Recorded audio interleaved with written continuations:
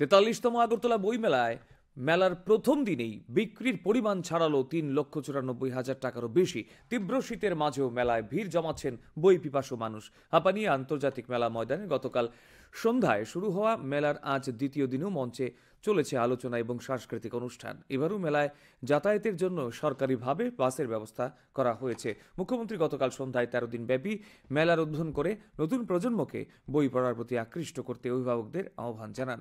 এবারের বইমেলার মূল ভাবনা সর্বে সং শান্তির ভবতু বলে উল্লেখ করেন মুখ্যমন্ত্রী। এরপর তিনি মেলায় জাতীয় স্বাস্থ্য মিশন ত্রিপুরার ক্ষয় শিবির এবং স্বাস্থ্য সংবাদ নভেম্বর সংখ্যার উদ্বোধন করেন। 4 জন ক্ষয় মিত্রকে শংসাপত্র প্রদান করেন মুখ্যমন্ত্রী। এই শিবিরে টিবি রোগের জীবাণু শনাক্ত করার ব্যবস্থা রয়েছে।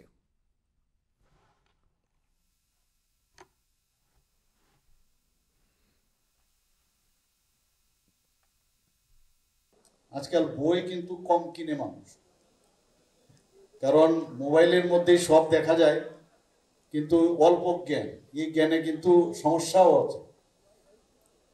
তখন বলেছিলাম যে বই আগে আমরা যখন কোনো বিবাহ বার্ষিকী অনুষ্ঠান বা বিবাহের দিন, সেখানেও কিন্তু আমরা বই দিতাম, বা কোনো অনুষ্ঠান হলে বই আমরা কিনে দিতাম।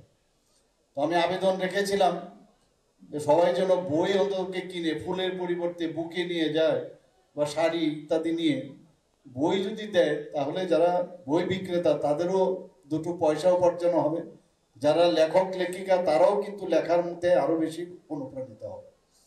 তো আজকে এখানে এই প্ল্যাটফর্মে আবার আমি এই কথাটা বলবো যে বই যেমন পড়তে আমাদের অভ্যেস করা উচিত বারবার, এবং বইয়ের মধ্যে যে তার যে স্মেল, যে গন্ধ, তার মধ্যে একটা অদ্ভুত একটা আনন্দ এবং আত্মতৃপ্তি আমাদের হয়।